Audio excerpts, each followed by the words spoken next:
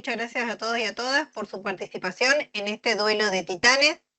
Antes de comenzar, queremos agradecer al Laboratorio Biopaz por el apoyo para el desarrollo de estudios de investigación en nuestro país, no solamente en el área de surfactantes, sino también en otras áreas. Muchas gracias, Macarena. Hoy además tenemos el enorme privilegio de contar con dos referentes indiscutidos de nuestra especialidad que nos van a acompañar en un debate enriquecedor sobre la administración de surfactante, por tubo endotraqueal o a través del método LISA. En una esquina del RIN lo tenemos al doctor Bain, Coco, para la comunidad neonatal, querido y respetado por todos, responsable de neonatología de los sanatorios de la Trinidad San Isidro, Palermo y Ramos Mejía. Es profesor titular de pediatría de la UBA, apasionado por la investigación, siempre comprometido con la generación de evidencia y la mejora de la práctica clínica. Es miembro de la Sociedad Americana de Investigación Pediátrica, recientemente reconocido en Córdoba en las jornadas del Neocosur por su trayectoria, que lo posiciona como un referente académico y clínico en el país y en el mundo, con la autoridad y la experiencia para guiar el camino de las nuevas generaciones de neonatólogos. En la otra esquina lo tenemos al doctor Mario del Barco, otro gran referente de la neonatología argentina, recientemente reconocido en el Congreso Argentino de Neonatología por su labor y liderazgo. Con una extensa trayectoria, fue durante muchos años jefe del Servicio de Neonatología del Hospital Materno Infantil de Salta, además de creador y organizador de la red de traslados neonatales de la provincia, que transformó la atención de los recién nacidos en toda la región. Pero su compromiso va más allá de lo institucional. El doctor del Barco es también creador de Liderar, una red nacional de neonatólogos que a través de los grupos de WhatsApp difunde de manera generosa y altruista información científica actualizada, actividades académicas y oportunidades de encuentro. Un espacio que ha crecido y se sostiene gracias a su impulso y que refleja su enorme vocación de servicio, siempre orientada a mejorar la atención de los recién nacidos de Argentina. Dos maestros, dos voces con autoridad y calidez que nos inspiran a pensar, debatir y crecer juntos. Los invitamos a escucharlos con atención, seguros de que este intercambio será una oportunidad única de aprendizaje y de generación de nuevas ideas que enriquecerán nuestra práctica clínica.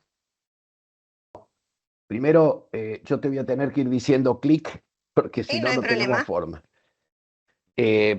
Pásame las dos, la que sigue y la otra. La que sigue. Estos son mis conflictos de interés. Creo que todos los que están... La próxima, Pame. Todos los que están escuchando están al tanto de qué es el surfactante, pero para mí es siempre muy interesante. Esto es solo una presentación, no voy a hablar ahora de las formas de administración, pero quiero recordarles, a veces uno usa cosas en neonatología porque dice, bueno, si usan los chicos le damos un poquito menos a los recién nacidos o se calcula la dosis por kilo, pero el único medicamento en la historia que se desarrolló específicamente para las necesidades de los recién nacidos es el surfactante. Y pocas medicaciones en neonatología cumplieron un proceso tan ordenado. Primero se empezó con la investigación in vitro, después in vivo en animales y luego cohortes de recién nacidos y recién después ensayos clínicos aleatorizados, lo que se llama randomizados en una mala traducción del inglés. Este proceso es muy excepcional, incluso en muchas medicaciones y tratamientos en diversas ramas de la neonatología. Pame. Los efectos, bueno, todos sabemos que salvó millones de vidas, reduce la mortalidad con un número necesario a tratar entre 10 y 20. Cada 10 veces que usamos surfactante estamos salvando una vida. Y disminuye también la incidencia de escapes de aire pulmonar, neumotórax y enfisema intersticial, disminuye la incidencia del resultado combinado de displasia o muerte, y cuando se administra temprano, y de esto seguramente vamos a volver a hablar, mejora la supervivencia sin displasia broncopulmonar. Seguí. ¿Cuáles son las recomendaciones para el uso del surfactante de la Sociedad Argentina de Pediatría que acaban de salir publicadas hace unos meses, coordinadas por el doctor Javier Meritano y un grupo de muy reconocidos neonatólogos y que a mi juicio son muy buenas recomendaciones? Administrarlo precozmente en los menores de 32 semanas que requieren asistencia respiratoria, no perder el tiempo. Sí, Pame. Dar surfactante de rescate precoz antes de las 2 horas de vida cada vez que el recién nacido prematuro llega a requerir 30% de oxígeno o más cuando ya está en un buen CPAP de por lo menos 6 centímetros de agua o porque la ecografía pulmonar en los que la usan sugiera síndrome de dificultad respiratoria idiopática. También podría darse en sala de partos en recién nacidos prematuros extremos y madres sin corticoides o que requieren asistencia respiratoria y mecánica inmediata. Como ven, este lo escribí en rojo, y lo escribí en rojo porque no estoy tan de acuerdo, podría discutirlo. Yo creo que cuando uno tiene un prematuro muy, muy chiquitito, 800 gramos, yo quiero que nos ocupemos de que esté bien ventilado, de que el tubo esté bien puesto, de que no se nos enfríe, de que lo vea la madre y el padre antes de salir. A mí no me importa si mi paciente, no estoy en contra de que recomiende esto la sociedad, pero sí yo digo, lo cuestiono porque creo que son muchas las cosas que tenemos que hacer en sala de partos y nadie demostró que es mejor dar el surfactante en ese momento que media hora más tarde cuando estamos instalados en la unidad de neonatología. Pero es verdad que debería darse en la primera hora de vida, la que sigue. Si está en CPAP nasal, se sugiere ELISA. Ya se imaginan lo que pienso de esto, que lo vamos a discutir en un rato. La que sigue. En mayores de 1 kilo de peso se puede usar máscara laringia. Yo de esto no sé nada, no puedo ni opinar. Sé que se está estudiando y se han hecho algunas investigaciones. Sí, Pamela. La recomendación es usar surfactantes derivados de animales, sí. La dosis inicial en el caso del surfactante porcino por Actana alfa Curosurf es de 200 miligramos por kilo. Es mejor que la dosis de 100 de ese mismo surfactante. Veractant y otros surfactantes bovinos 100 miligramos por kilo. Seguí. La segunda y tercera dosis si persiste. Seguí, por favor. Podés anticiparme con tranquilidad. Pasa. Sí. Ahora, cuando uno ve esto, es decir, un animal que ladra, que tiene cola y tiene 4 patas, es un perro. Seguí, por favor. Entonces, si viene de sala de partos intubado, es un prematuro chiquito y requiere oxígeno, no esperen nada. No me interesa que FIO2. Prematuro chiquito, intubado, tiene dificultad respiratoria, bueno, denle el surfactante. No hay que perder el tiempo y no debería haber pasado en ningún caso más de 1 hora. Sí, Pame. Seguí, pasa. Ahora, ¿podemos predecir qué chicos estando en CPAP van a requerir surfactante o van a requerir ventilación asistida, que más o menos es lo mismo, porque si lo tengo que intubar le voy a dar surfactante, y si no lo puedo anticipar, que es lo que estamos discutiendo? Bueno, si a las 2 horas de vida ya requiere 30%, seguramente va a tener que ir a respirador, así que si lo podemos anticipar y probar evitarlo dándole surfactante, podría ser. Pero claro, eso también depende de con qué CPAP o con qué ventilación no invasiva esté antes, porque si yo aumento el CPAP, a lo mejor necesito menos de 30%. Entonces hay que optimizar el CPAP y la IMB nasal o la ventilación no invasiva antes de decir que ese chico requiere surfactante. Sí. Y ya está decidido, hay que darle surfactante. Entonces ahí miramos qué surfactantes tenemos disponibles. El Curosurf es el surfactante con mayor respaldo científico en la actualidad y tiene un enorme porcentaje del mercado en Europa y en los Estados Unidos. Varios metaanálisis muestran mejores resultados con este surfactante Curosurf al compararlo con diversos surfactantes bovinos. No hay mucha bibliografía que evalúe nuestros surfactantes nacionales o los compare. La que sigue. De manera que ya está decidido, hay que darle surfactante. Bueno, Mario, acá está tu paciente. Bueno, gracias, Coco. Voy a compartir la pantalla. Sí, voy a compartir la pantalla. Tenés que salir vos, Pamela, si no, no puede.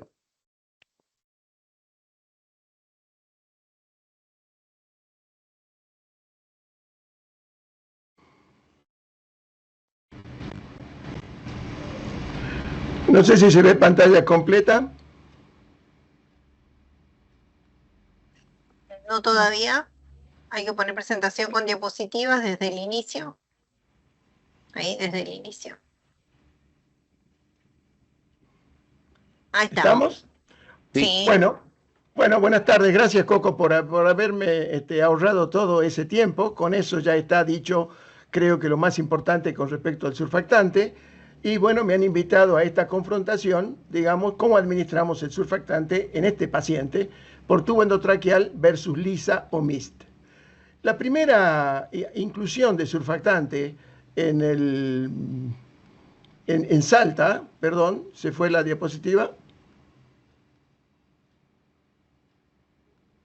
La primera intervención con técnica mini-invasiva fue de Pilar Am, le pedí por supuesto permiso para mostrarla, ya tiene 14 años y fue en el año 2011. Entonces no había tanta bibliografía, digamos, no se habían publicado tantos trabajos con respecto a la técnica mini-invasiva, pero por necesidad y en atención al paciente y a lo que nosotros teníamos en ese momento, decidí utilizar por primera vez la técnica mini-invasiva. Desde entonces es la técnica desde hace 14 años más utilizada en el servicio más complejo de la provincia y también en servicios privados, pero no podría decirlo en qué cantidad.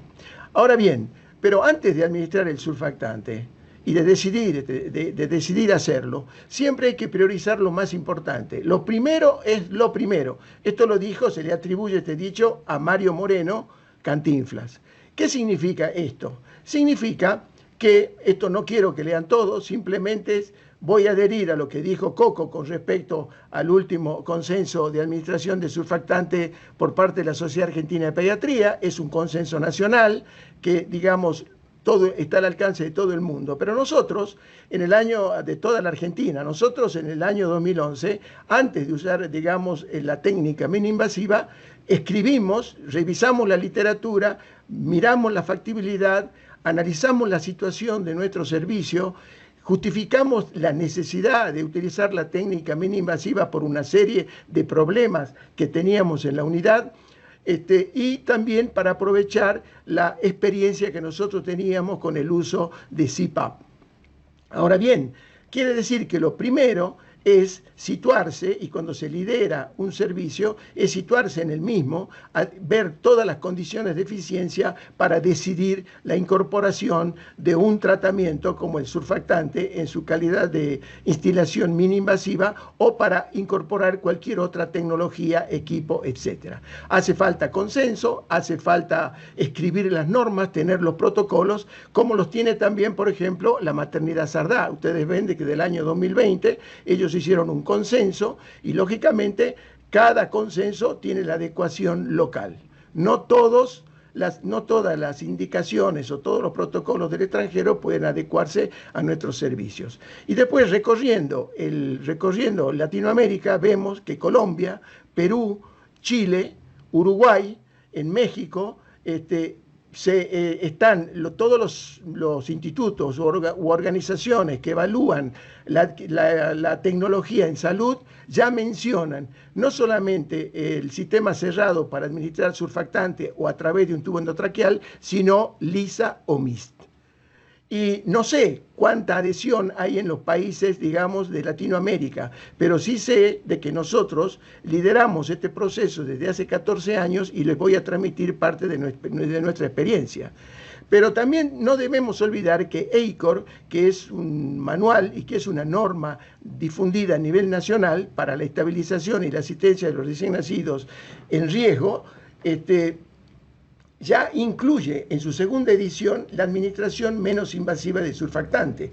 Y esto no podía ser menos porque Canadá, en la mayoría de los países, de la mayoría de los servicios, los más importantes, la técnica está absolutamente descripta y está detalladamente desarrollada para médicos, para enfermeros, cuando se utiliza la técnica mini-invasiva. De modo que los antecedentes los hay y con suficiencia. Veamos cómo está dividido el mundo. El mundo está dividido así. Está dividido en los azules, que son todos los que utilizan la técnica lisa en el mundo, con expertos, con trabajos quizás que a lo mejor son cuestionados porque no reúnen la calidad de evidencia que Coco ha hecho mención con respecto a la implementación del surfactante, no a la técnica, digamos, pero de todos modos hay consensos de científicos, de reconocidos colegas de la parte de Europa, Asia, Australia, África, que utilizan la técnica lisa e inclusive Canadá. Todavía hay una hay una reactividad y una falta de aceptación por parte fundamentalmente de Estados Unidos. Creemos que hay servicios, de hecho la inteligencia artificial nos dice que hay servicios que están utilizando la técnica lisa, pero ellos dicen de que no hay suficientes pruebas de que sea más seguro que Insure y que además sería difícil de reproducir. Sin embargo, en todas las conferencias o webinars o publicaciones no dejan en algunas guías de publicarse la técnica MIST. Ahora bien, no vamos a insistir sobre el CPAP. Ya sabemos de que CPAP es el dispositivo para el soporte respiratorio del recién nacido prematuro de elección. Y que esto ha cambiado la neonatología drásticamente, si se acompaña lógicamente de un cuidado integral.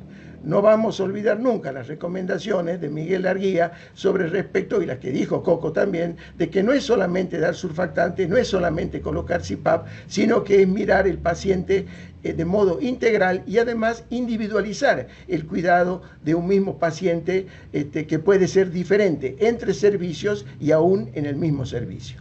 Ahora bien, luego de tener un bebé con CPAP, con este que me presentó Coco, yo diría de que nosotros tenemos que considerar si vamos a decir Insure o vamos a dar la técnica mini-invasiva, o sea, lisa. Como ustedes saben, los europeos con Werther desde 1992, algunos dicen desde 1994, no solamente participó activamente con alemanes, polacos y también los suecos y Noruega en la implementación de la técnica de intubación, surfactante, extubación, sino también en el desarrollo de la técnica lisa, es decir, menos invasiva. Y yo tengo un amigo, muy amigo y un maestro de la neonatología, que no lo voy a mencionar porque en este momento somos contrincantes, pero le dicen Coco. Y él me enseñó que en la medida de lo posible y de acuerdo a las necesidades del paciente, debemos siempre hacer los esfuerzos para evitar la intubación endotraqueal. Él se refirió a que antes de decidir la instilación de surfactante, debiéramos revisar todo el soporte respiratorio que le estamos dando al bebé y recién proceder a administrar el surfactante. Pero él desde chiquito me enseñó a intubar lo menos posible, y porque indudablemente y después, irremediablemente, después de la intubación endotraqueal, le sigue la ventilación pulmonar. Y algunas veces esto se hace sin control. Y dice este chico, esta caricatura es una caricatura del mundo, o sea, no es Coco la presentó por primera vez, pero todo el mundo se adueñó de esta caricatura. Y dice, para viejo, no me coloques el tubo endotraqueal, que yo con un CPAP nasal me arreglo y fenómeno.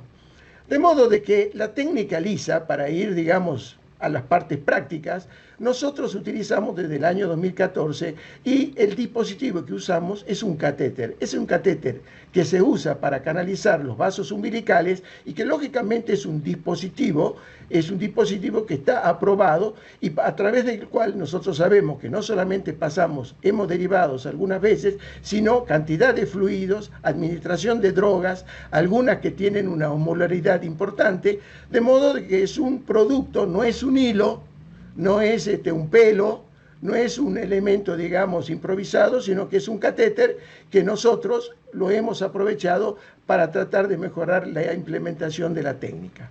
Lógicamente, si ustedes comparan el método Hobart, que es colocar una aguja, un intracat, o el SurfCat, que es algo que ya se ha hecho específicamente para la técnica lisa. Porque es tanta la utilización de lisa en el mundo, especialmente en Europa, como hemos dicho, y va aumentando en Inglaterra, y creo que también va a ser en Estados Unidos, que ya empezaron a diseñar y tienen en disposición dispositivos especialmente para la técnica mini invasiva. Ahora bien, ustedes miren cómo en la unidad, este es un video de muchos años, se hace la técnica lisa.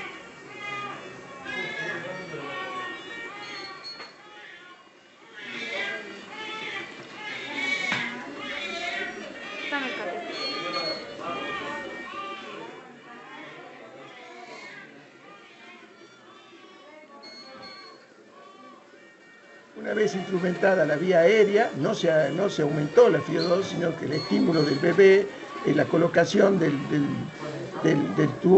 laringoscopio. Pesa 1 kilo.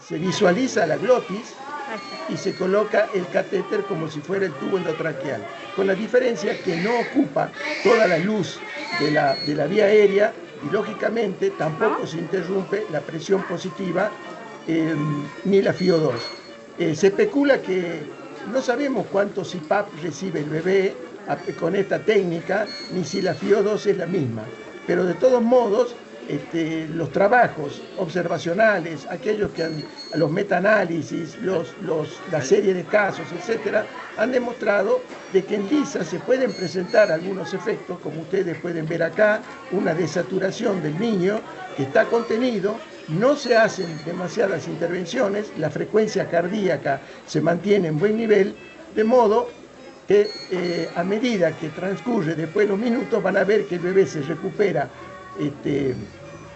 espontáneamente después de la administración del surfactante y va a alcanzar saturaciones cercanas al 98-99% una vez que se termina el procedimiento, que duró no más allá de 2 minutos y medio. Ahora bien, una autora sueca, la doctora Bolling, trató de resumir las fortalezas y debilidades de LISA. A un paciente que nosotros lo instrumentamos y le damos LISA, que sería el paciente que presentó Coco, la ventaja es que el bebé sigue con respiración espontánea. Desde chiquito también me enseñaron que la respiración espontánea es mucho más eficaz para el intercambio de gases y también para la distribución del surfactante. Si bien no está totalmente probado, pero al menos es una buena especulación. Sobre todo con LISA evitamos la ventilación con presión positiva. Y la pregunta es si es más fácil. Y entonces ya tenemos después algunas respuestas. Con respecto a los menos de la técnica mini-invasiva, sería de que al bebé no se utiliza sedación ni analgesia. Nosotros en algunos pacientes en el año 2014-2015 tratamos de usar remifentanilo o alguna otra sedación, pero realmente los niños se deprimían y era mejor contenerlos. No utilizamos otro método no farmacológico, pero la mayoría de los niños que se utiliza la técnica en el mundo no utilizan sedación. Y otro de los argumentos es que se pierde surfactante. Y nosotros no hemos visto en una vasta experiencia, que creemos que somos el servicio que más experiencia tiene en Latinoamérica, no hemos visto que esto sea un problema. No les digo que alguna vez sí nos pasó de que el catéter se fue a la vía digestiva y tuvimos que realizar nuevamente el procedimiento, pero fue absolutamente excepcional, como la regurgitación que se puede producir muchas veces cuando uno coloca un tubo endotraqueal. Otro de los cuestionamientos es que en general es una vía insegura y que si el bebé tiene algún deterioro, hay que tener un plan para asistir al bebé. Y de hecho, esta técnica se realiza en el cuidado intensivo, casi nunca en la sala de partos, y allí se disponen de todos los elementos de los carros de paro en una situación de organización. Esto también tiene que estar organizado localmente para que si un bebé presenta una complicación pueda ser asistido de inmediato. Y entonces uno dice, bueno, pero me podría decir mi contrincante, en vez de hacer LISA, ¿por qué no hacer Insure, que es un procedimiento que está mucho más probado y que tiene estudios mucho más robustos? Entonces, si uno recuerda el procedimiento, esta es la premedicación. Los niños van sedados, allí tienen ustedes la lista de medicamentos. Después de esto se saca el CPAP del bebé, se lo saca del CPAP, se lo depriva de la presión positiva y también de la FiO2 que estaba recibiendo y se procede a colocar el tubo endotraqueal con la administración del surfactante. Nosotros con surfactante para los bebés más pequeños siempre hemos preferido y hemos justificado el uso de Curosurf, o sea, disculpen haber dado la marca, pero de Poractan, porque con menos volumen damos más cantidad de surfactante, o la misma cantidad de surfactante. Y después el bebé de recibido el surfactante se va a extubar. Ahora, los estudios dicen que reduce la ventilación mecánica, lo cual es cierto, Lisa también lo ha demostrado, pero estos son estudios que algunas veces los comparan únicamente con CPAP.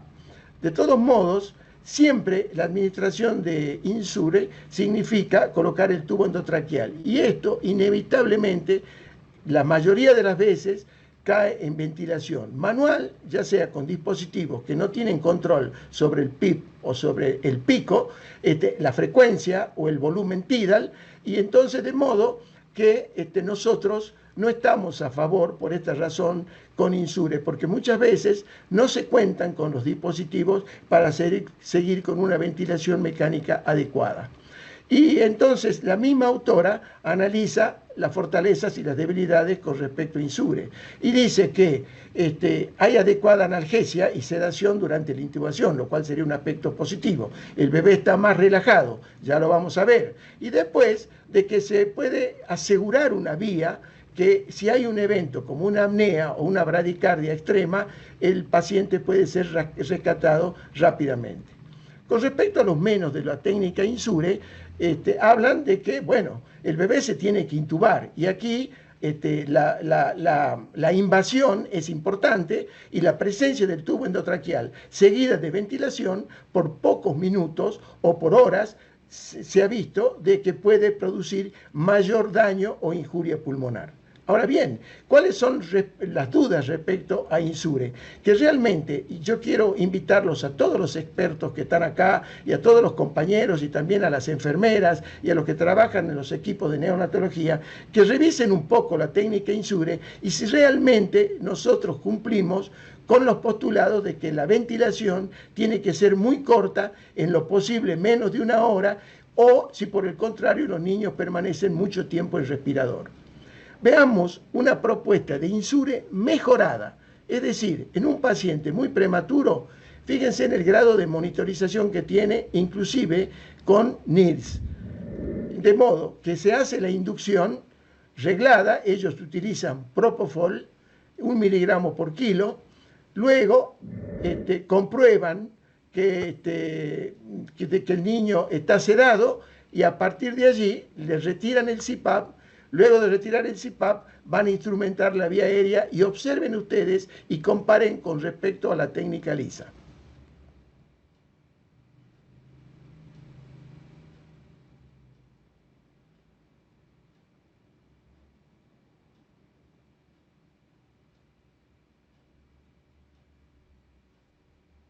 Bueno, lógicamente que la intubación, como la colocación del catéter, es operador dependiente. Para colocar catéteres intratraqueales, primero hay que tener un buen entrenamiento en intubación endotraqueal. Una vez que se confirma que está intubado con un detector de CO2, este grupo lo que hace es ventilarlo con volumen garantizado y controlar todas las variables de una ventilación gentil y que produzca menos daño pulmonar.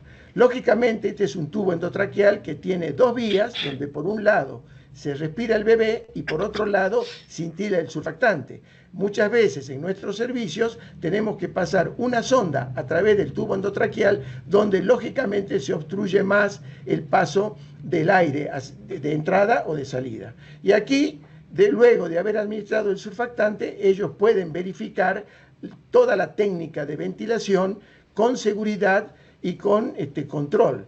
De modo que realizado esto, y una vez que comprueban que el bebé tiene respiración espontánea, inmediatamente retiran el tubo endotraqueal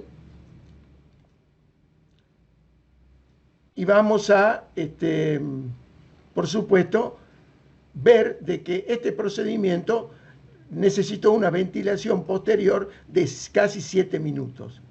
Realmente es un récord. La pregunta es si esto pasa en la vida real.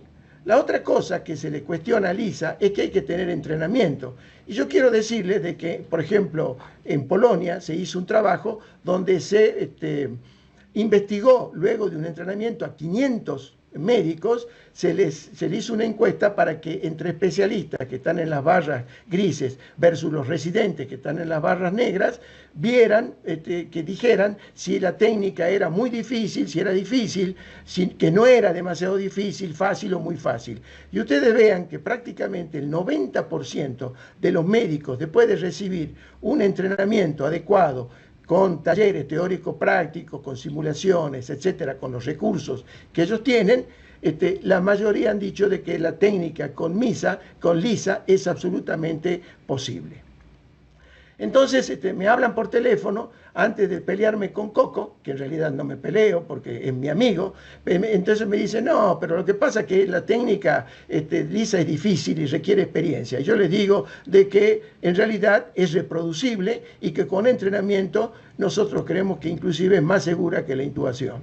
La desaturación y la bradicardia, bueno, sí, es cierto, tenemos eventos de desaturación y bradicardia, pero son transitorios como pasa también en INSUR o con la técnica de intubación endotraqueal, que lógicamente son controlados por el personal que cuida a los bebés, que en general a veces terminan con intubación. Se ha demostrado que los niños pueden llegar, especialmente los más prematuros, a necesitar ventilación después de las 72 horas. Los trabajos con LISA dicen de que en general los niños han necesitado menos ventilación mecánica que con la técnica INSUR.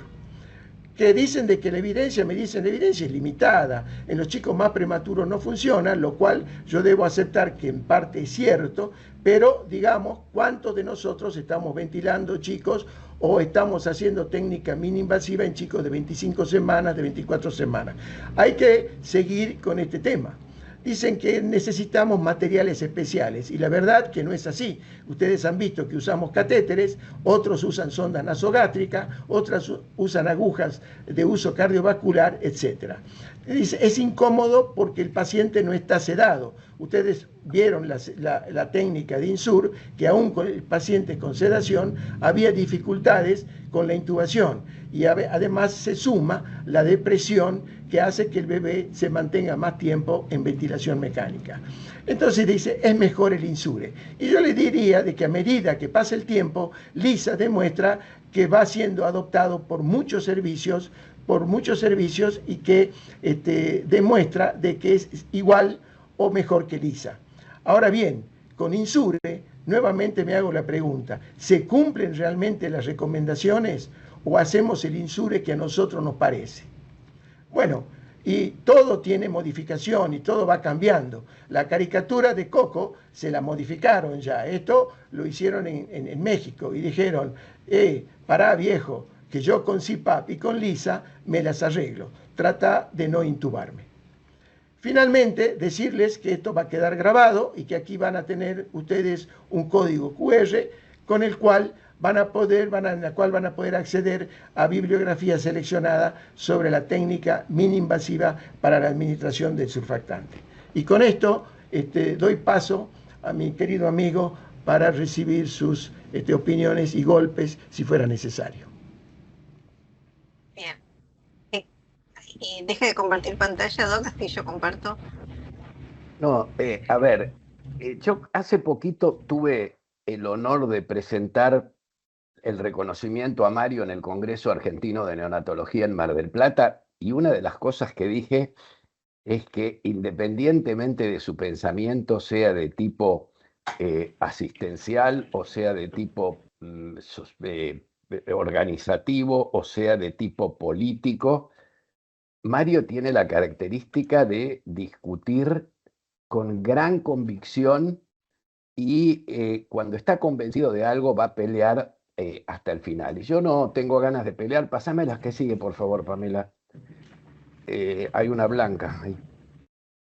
Esta. La que sigue. Pero voy a contar un poco qué me pasa a mí con LISA y qué me ha venido pasando con LISA.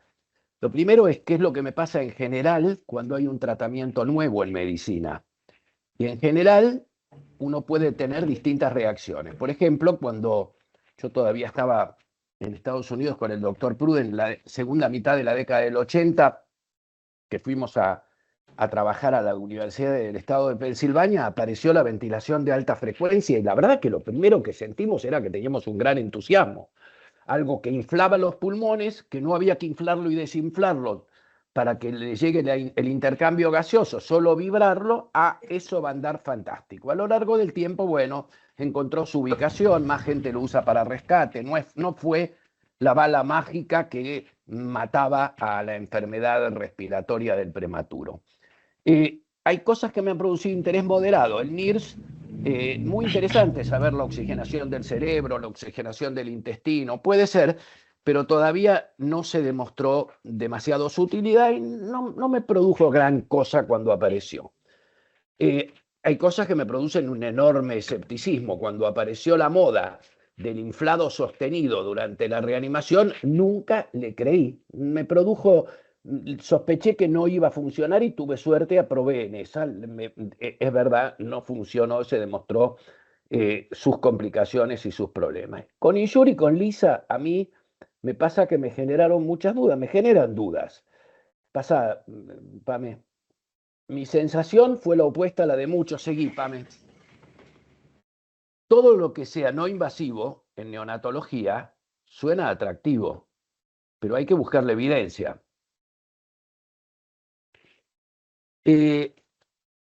¿Por qué el escepticismo inicial?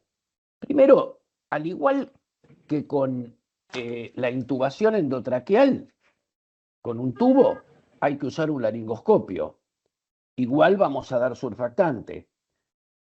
Por más que Mario me cuente las ondas que usa y yo lo respeto y le creo en sus manos, es mucho más fácil, porque yo tengo médico de guardia del jueves a la noche que hizo un reemplazo, que le puede tocar dar surfactante. Es más fácil intubar con un tubo semirrígido que con un fideo, aunque el fideo esté al dente.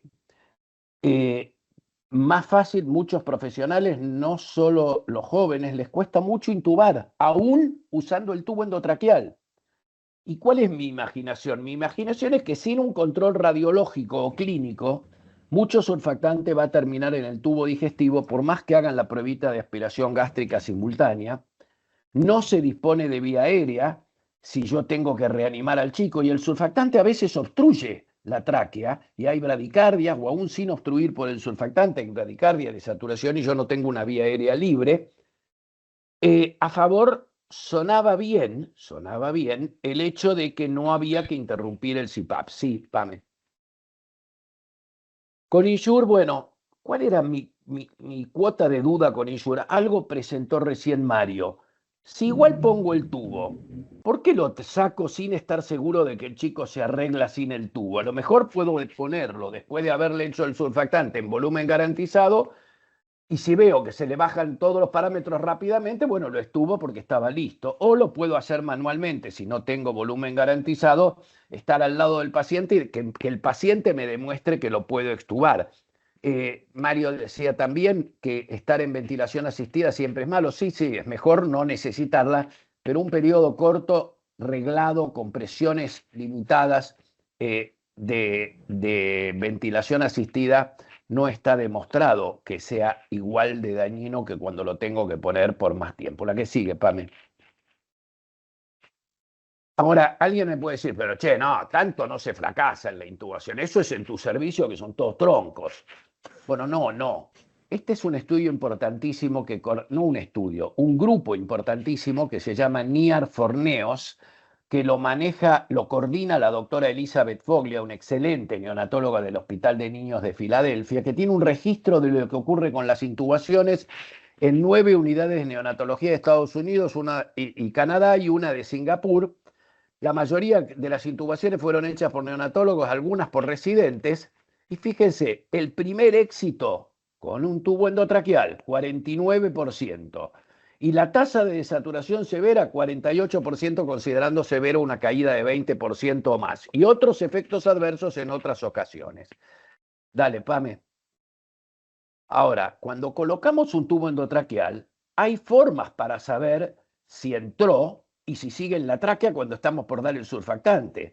Y si somos varios, podemos verificarlo. Uno aspira a la sonda del estómago, no viene aire, el tubo está en la tráquea o en un bronquio. Uno lo oculta, sabe dónde está. Somos varios los que estamos comprobando dónde está. En el LISA tengo que confiar en el operador, que sin ninguna maldad se puede equivocar. Entonces el peligro de no estar dando el surfactante adecuadamente en la tráquea es muy grande, sí.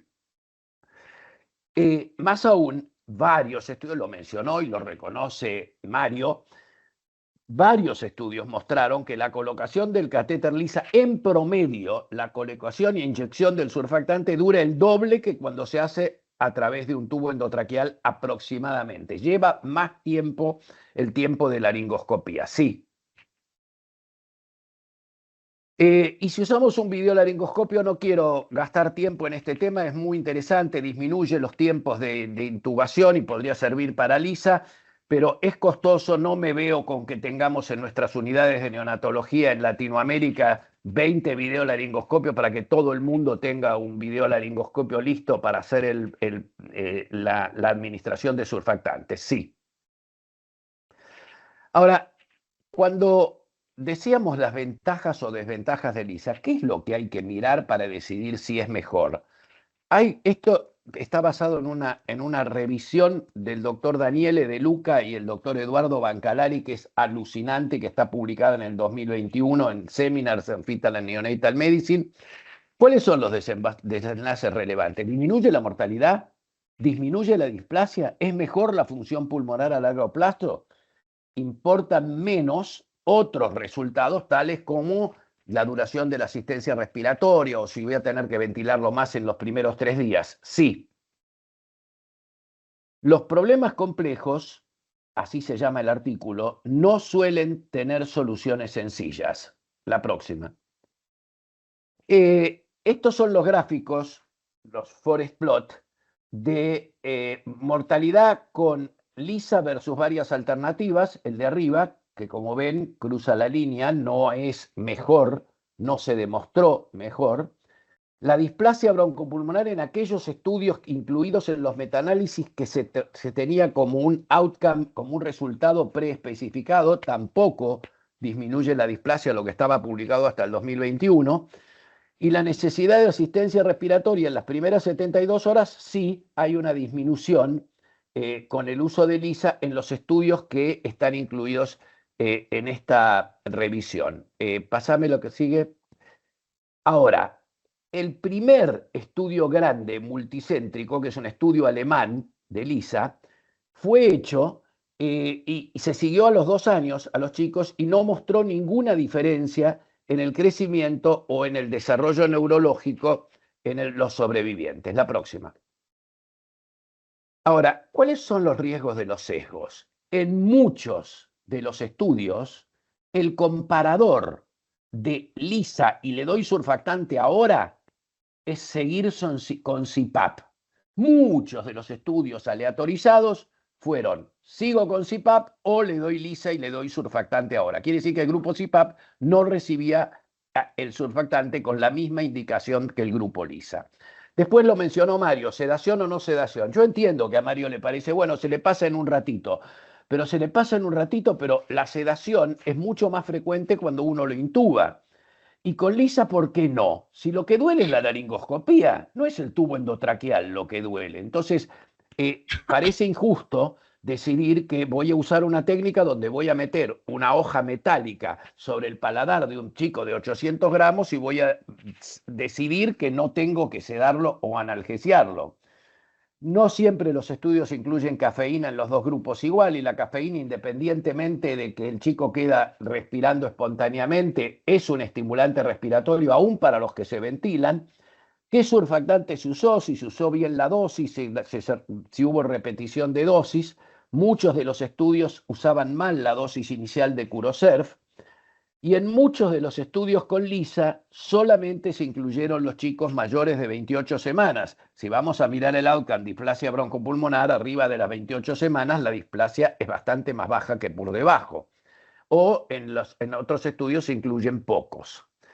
Después, daña menos la vía aérea o duele menos. ¿De dónde salió? Eso es nuestra impresión, no hay datos. La otra es el opuesto, justamente. Bueno, ya que es tan fácil, como no lo tengo que intubar, bueno, está con 25%, dale, le hacemos lisa. Entonces vamos a estar usándolo a lo mejor para el otro lado. Más chicos de lo que lo necesitan van a recibir surfactante. La otra es, ¿recibe todo el surfactante? ¿Cómo lo empujan? Mario explicó bien. Lo terminan de pasar empujando un poco de aire para vaciar la sondita y después se distribuye con la respiración espontánea. Ahora, la respiración espontánea lo distribuye igual que cuando lo ventilamos un poquito con presiones reguladas. Yo no lo sé, no se demostró. Las desaturaciones durante el procedimiento, ya lo dijimos, las dificultades que pueden tener algunos para introducir la sonda. Y la otra pregunta, ¿será verdad que se mantiene el CPAP estable durante el ISA? Porque hay una reducción de la luz de la tráquea y apertura de la boca, llanto. Pame. No.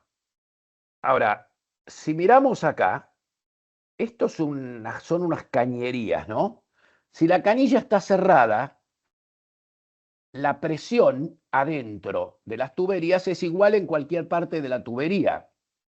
Pero al poner el catéter, yo pongo el laringoscopio y le abro la boca. Entonces la presión necesariamente cae. No hay forma de que en un sistema de tuberías con una apertura del tamaño de la boca en proporción a la tráquea y a los bronquios, la presión se mantenga equivalente. Y encima muchos lloran, entonces como que está la canilla abierta, la presión cae. Eso no parece ser verdad. La próxima. Y la otra cosa es que, fíjense, el redondel en el nuevo cuadro, el cuadro de la derecha, el recuadro de la derecha, esta es la proporción entre un broncoscopio flexible y la tráquea de un adulto. Y a la derecha los dos dibujitos son la proporción de la sonda, de una sonda nasogástrica en la tráquea de un recién nacido de término, y en el del costado derecho la proporción de la misma sonda en la tráquea de un prematuro. Claro que obstruye, hay aumento de la resistencia. No parece ser cierto el argumento que yo primero me entusiasmó del mantenimiento de la presión durante el procedimiento. La próxima. Sin embargo, tengo que reconocer que los estudios y los metaanálisis sugieren ventajas. Este es un metaanálisis importante publicado en el año 2021 en Archives Fetal and Neonatal, que compara diferentes métodos de administración de surfactante, es decir, lisa contra intubación y mantenimiento intubado, lisa contra Ensure, lisa contra máscara naringia. Incluye 16 randomizados y 20 observacionales, como 13.000 pacientes, y los resultados eran mortalidad, asistencia respiratoria mecánica, displasia. En los prematuros, el surfactante vía catéteres delgados se asoció con una menor mortalidad, necesidad de ventilación mecánica, menor displasia en comparación con Ensure y con los otros métodos. La próxima. Pero, ¿qué pasó? Casi la mitad de los pacientes incluidos en el estudio, 5.000 y pico de pacientes, vienen del estudio alemán, el estudio colaborativo multicéntrico alemán de Hartel. Es un estudio retrospectivo, pero en el grupo no lisa estaban incluidos chicos que habían sido intubados previamente y ventilados de entrada. Entonces, si tomás solamente los ensayos clínicos aleatorizados de ese metaanálisis, lo único que da significativo es que disminuye la asistencia respiratoria. Pero claro, si yo incluyo entre los estudios que analizo para hacer la comparación los chicos que de entrada fueron intubados, ¿quiénes fueron intubados de entrada? Los más graves. Entonces es lógico que tengan más displasia y que tengan más mortalidad. En las conclusiones finales de ese metaanálisis era que se necesitan más investigaciones para llegar a conclusiones firmes sobre la eficacia de las técnicas alternativas mínimamente invasivas de administración de surfactante. La próxima. No se incluía en este metaanálisis el estudio Optimist A, que es el estudio más importante en el mundo de la administración del ISA por su diseño, por los investigadores, porque es un colaborativo que ahora vamos a ver, y no está incluido porque se publicó prácticamente en la misma fecha y no tenían los resultados. Los que hicieron, Bellos no tenía los resultados como para incluirlo. La próxima. Y este es el estudio Optimist A. Este es un randomizado de 33 unidades de neonatología de distintos continentes que incluyó niños de 25 a 28 semanas. No estamos hablando de los prematuros ultra extremos. Menores de 6 horas en CPAP con una FIO2 mayor o igual a 30. Ahí se los incluía. Bueno, tuvieron que hacer un screening más de 5.000 chicos, 1.100 y pico hubieran sido candidatos, pero algunos fueron ventilados previamente, no dieron consentimiento. Otros 485 recién nacidos de esas edades gestacionales quedaron incluidos, habían planeado 606, no lo pudieron hacer porque les cayó la pandemia. Entonces a la mitad le daban MIST, con 200, MIST, lo mismo que LISA, con 200 miligramos por kilo de Curosurf, en 3 a 4 alícuotas o un simulacro, hecho por un equipo, y acá quiero pasar un mensaje crucial, hecho por un equipo dedicado al procedimiento. Esto no lo hacía el médico de guardia, esto lo hacía un equipo dedicado al estudio LISA en cada una de las unidades, seguramente los que mejor intubaban. Y era ciego al equipo tratante. El equipo tratante no tenía nada que ver con el equipo LISA o no LISA. Los intubaban si la FIO2 era más de 45 o si tenían apneas o si la decisión clínica, porque lo veían feo y tenía más de 40, los intubaban. Ahora, ¿cómo era entonces? Estaban en CPAP y llegaban a 30%, el grupo LISA le dieron surfactante. Y al grupo control, no, el grupo control no le dieron nada. Tenía que llegar a 45 y eso era varias horas más tarde. O tenía que tener 40 y estar más grave. Entonces estaba más grave. Y a LISA se le volvía a dar surfactante por intubación cuando no había, cuando habían empeorado a pesar de haber recibido el surfactante por LISA. Dale, Pame. Esto muestra los resultados. Ahí ven que está con redondeado. El resultado que fue positivo es que disminuyó la displasia broncopulmonar en los sobrevivientes, no disminuyó el desenlace primario, que era muerte o displasia a las 36 semanas. Tuvieron menos neumotórax y asistencia respiratoria en las primeras 72 horas. Recibieron menos surfactante por tubo endotraqueal en el grupo mixto, LISA, que en los primeros días. Y seguí, por favor. Ahora, fíjense esto. En los chicos de 25 a 26 semanas, la mortalidad fue mayor en el grupo que fue randomizado a MIST. Y en 27 a 28 semanas fue menor la mortalidad en el grupo asignado a MIST. La próxima. El seguimiento a 2 años no mostró ninguna diferencia en mortalidad o neurodesarrollo con y sin MIST. La próxima. Y esto ocurre, como dije antes, en muchos de los estudios incluidos en los metaanálisis. El surfactante, un grupo lo recibe por LISA antes que el grupo que no está en LISA. De manera que hay una comparación no solo de LISA versus no LISA, sino de surfactante versus no surfactante precozmente, en este momento. Y en muchos comparaciones entre LISA e INSURE, el INSURE no era estandarizado. La próxima. ¿Tuvieron entonces menor displasia porque le dieron el surfactante más tarde o porque lo hicieron por LISA? No sé, la próxima.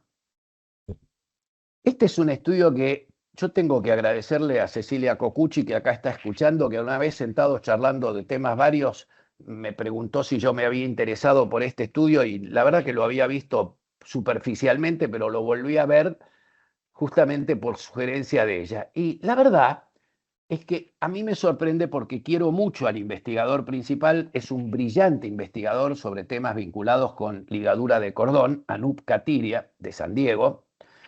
Y este estudio es un randomizado para evaluar si disminuye la necesidad de intubación en las primeras 72 horas, usar cafeína y LISA en las primeras 2 horas versus cafeína sola en recién nacidos pretérmino que estén en CPAP. Es decir, el chico respira solo, lo pongo en CPAP, tiene 24 o 29 semanas. Bueno, en las primeras 2 horas le doy cafeína y LISA o le doy cafeína sola. LISA me refiero surfactante en las primeras 2 horas.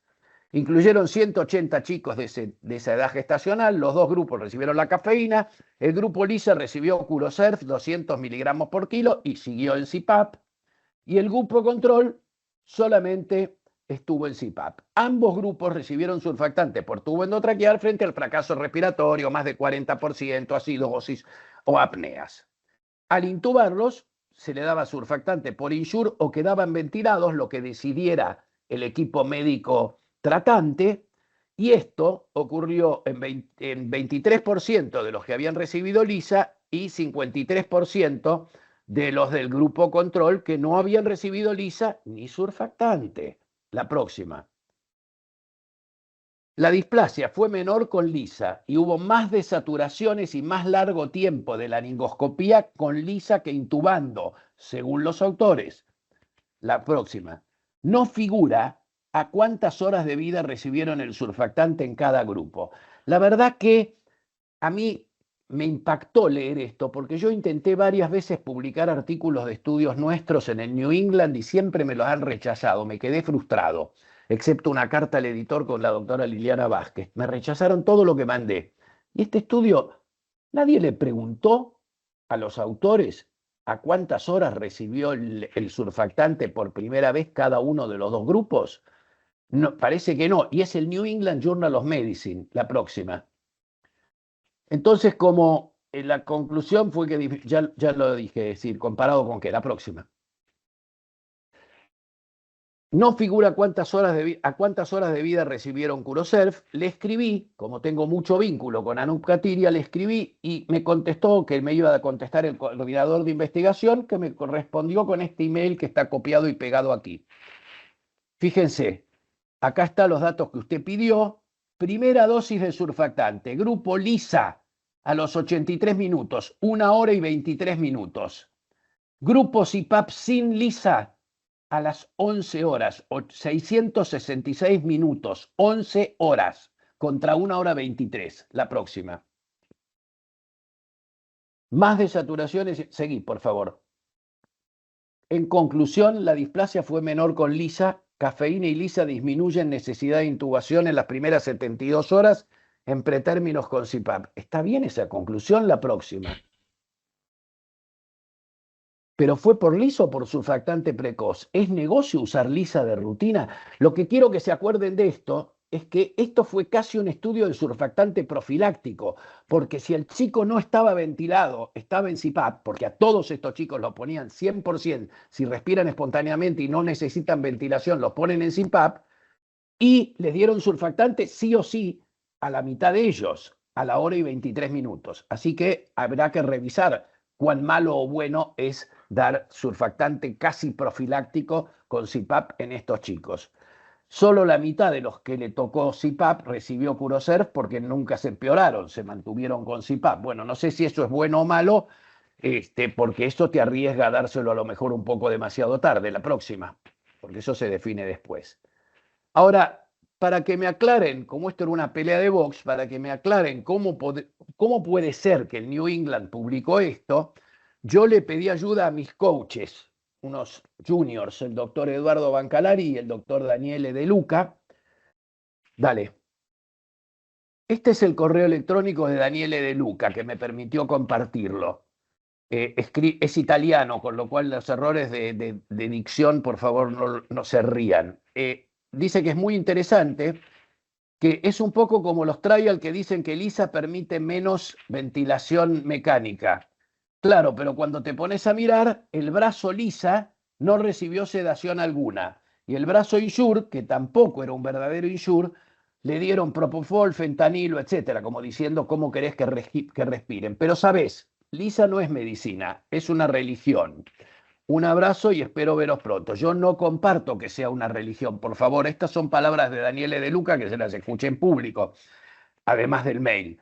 Pero lo que quiero decir es, no es justo a través de este tipo de estudios juzgar cuánto es la eficiencia. La próxima, el doctor Bancalari fue un poquito más humilde en la respuesta, me dijo, sí, otro ejemplo es el Optimist, donde le dieron MIST temprano comparado con chicos que recibieron surfactante más tarde solo de rescate. Más que MIST trial, es un mistrial. Mistrial quiere decir trial fallido en inglés. La próxima. ¿Cómo se hace bien Insure?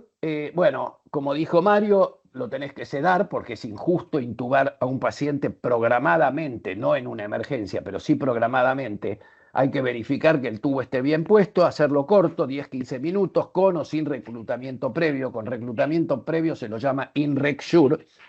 Ventilación suave, evitando el bolseo, usando control de presión. Idealmente con ajuste de volumen administrado, con un PEP de 5 o 6, y cuando lo extubas, ponerlo con 6-8 centímetros de agua. Es mejor que una presión más baja. A veces tenemos lo que yo llamo PEP-fobia. Cuando sacamos el tubo, lo dejamos al chico con 4. ¿Por qué 4? ¿Por qué no más si tuvo una membrana hialina y recién estaba ventilado? Después de la extubación, la presión lógica sería un poco más, 6-8 centímetros de agua. No hay ningún randomizado, hay uno en camino, comparando LISA con el INSURE practicado de esta manera. La próxima. Y no hay randomizados de INSURE contra surfactante y bajar rápido los parámetros usando volumen garantizado. La próxima. En resumen, mi conclusión es de que LISA y MIST e INSURE llegaron para quedarse, pero que deben encontrar su lugar, que muchos estudios muestran ventajas varias con algunas desventajas, que en la enorme mayoría de los estudios la práctica la efectúa un equipo dedicado, y para mí esto es crucial en los resultados, que no hay estudios pragmáticos en los que un servicio empieza a hacer LISA, entonces le toca hacer el LISA a Juan, a Pedro, a Graciela o a quien esté. Esto todavía no está publicado. Comparar pragmáticamente qué es lo que ocurre en el mismo servicio usando LISA e INSURE en distintos periodos, o comparar servicios que lo usen pragmáticamente en la vida real. Esto todavía no apareció. Y yo voy a esperar ese tipo de estudio antes de recomendarlo de rutina. Buscar lo mejor para la estructura de cada servicio, o aún dependiendo de quién esté presente en el momento de dar el surfactante. La próxima. Una vez que lo consideramos indicado, demos el surfactante lo más precozmente posible. En un chico con síndrome de dificultad respiratoria y requerimiento de oxígeno, con alto riesgo de displasia, menor de 30 semanas, menor de 1500, no pierdan el tiempo, denle surfactante de la forma que quieran. Yo creo que la forma de administración es menos importante que dar el surfactante precoz, y parece ser que la cafeína precoz en el que respire espontáneamente parece ser una buena idea. Muchas gracias. Bueno, deja de compartir, Pame, vos. Buenísima las dos presentaciones, excelente. Ahora vamos al debate. Tenemos invitados muy, muy importantes. Hay 216 personas en el auditorio, así que tenemos bastante público. No sé quién quiere hablar, que pida. El que quiera hablar puede levantar la mano. Tienen habilitado el O habilitar su micrófono. Musante, Gabriel Musante. ¿Sí? ¿Está habilitado? Sí, pero tienen... Ahí está. Sí, sí. ¿Qué tal a todos? La verdad, muy contento de haber escuchado las dos charlas, escucharlos a Coco y a Mario hablar de algo tan actual y tan interesante, y poniéndolo de esta forma me pareció sumamente... lo disfruté bastante, ¿no? Obviamente todo el mundo sabe o muchos saben, no todo el mundo, pero algunos o muchos saben que mi postura con respecto a esto se encuentra más cerca de Coco que de Mario. Recuerdo de las primeras veces una de las veces que he visitado Salta, creo que la primera vez, y estaban empezando, así que como que era la gran novedad, y entonces me parece que por ahí, para hacer el resumen de lo que quiero plantear, digamos, es decir, que es claro que el convencimiento, eso que decía un poco Coco, la convicción y la pasión con lo que lo cuenta Mario, es porque él tiene digamos, no diría la certeza porque no la tiene, pero la convicción de que les está yendo bien y que lo hacen bien. Y no me cabe dudas de que lo hacen bien, porque él explicó bien que empezaron a hacerlo con un entrenamiento adecuado, basándose en que otros lugares lo estaban haciendo y también les iba bien. Un poco en la literatura, ahí vemos un poco a lo que mostró Coco, de que realmente, voy a adelantarme un poco, voy a decir que esto no está comprobado definitivamente que sea mejor para lo que realmente importa, y ese es el punto de partida en el cual yo me agarro, igual que lo que hizo Coco, similar a la forma que hizo Coco, pero me parece que Mario dejó entrever algo muy importante, al principio de su charla, que dijo que además de hacerlo de la forma que lo hicieron, organizada, ordenada, con instrucción, con lectura,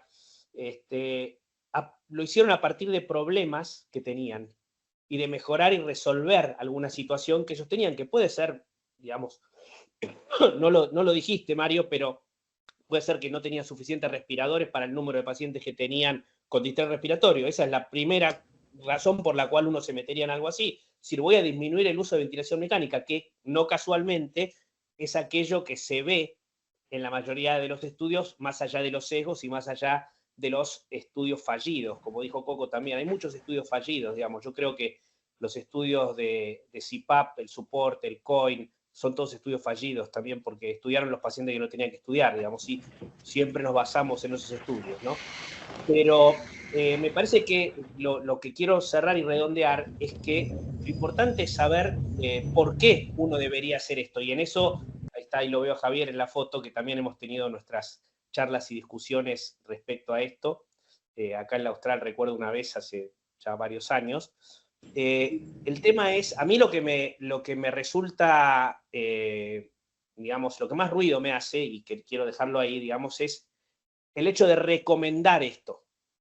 Una cosa es decir, yo lo hago porque estoy convencido, porque en mi contexto, de acuerdo a mis pacientes y de la forma que yo lo hago, me parece que es la mejor opción, pero ya recomendar algo que no tiene evidencia y que, digamos, creo que Coco lo dejó bastante claro, digamos, que los estudios que tienen sesgos y tienen limitaciones que hacen que todavía no podamos decir que esto es mejor al mejor uso y al uso simultáneo, digamos, o al uso precoz de surfactante administrado de otra manera. Yo coincido con Coco que para mí me preocupa mucho más mi problema, cuál es el fallo de CPAP, o sea, el paciente que se extiende el CPAP más allá de lo que yo hubiera querido, y los pacientes severamente enfermos que están intubados de entrada, digamos. O sea que a mí lo que más me preocupa es dar el surfactante temprano.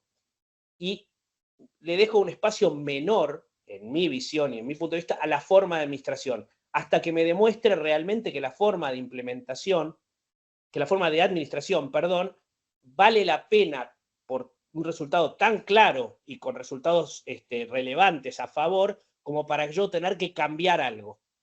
O sea, en mi unidad, en nuestra unidad, no tenemos un problema que amerite, por ahora, el cambio a LISA. Entonces, por eso es que yo no lo recomendaría. Muchas gracias. Perdón, te interrumpo, Pame. No, yo quería decir que no sé si darle la palabra al doctor Meritano porque le roba la computadora al hijo, porque ahí dice Nicolás. Pero bueno, lo vamos a dejar hablar igual.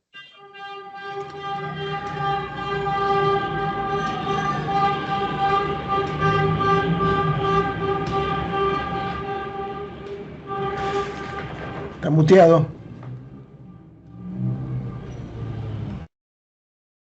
Arriba está el micrófono. Arriba, Javier. Al lado de compartir. Ahí está. Hola, ¿cómo andan? Apasionante este ring de recién. Gracias por la invitación. Y la verdad que es un tema que indudablemente convoca porque hay un montón de gente, vi un montón de gente de todos lados del país. O sea que evidentemente es un tema que en neonatología primero convoca y segundo que nos permite reflexionar sobre nuestras prácticas. Como muchos de ustedes saben, nosotros hace más de 10 años que utilizamos este método no invasivo de administración de surfactante en nuestra unidad. Inclusive hemos hecho estudios comparado este método con Insure, el Insure incompleto, porque lo utilizamos, como bien explicó Mario, sin ningún tipo de sedación, y nos ha dado que tiene la misma eficacia en la administración del surfactante, sin dar ningún tipo de resultado en cuanto a displasia broncopulmonar o algún otro resultado con el cual estuvimos pensando que podíamos mejorar la calidad de atención. Yo creo que como muchas de las cosas en neonatología, uno puede tener mucha evidencia a favor o mucha evidencia en contra.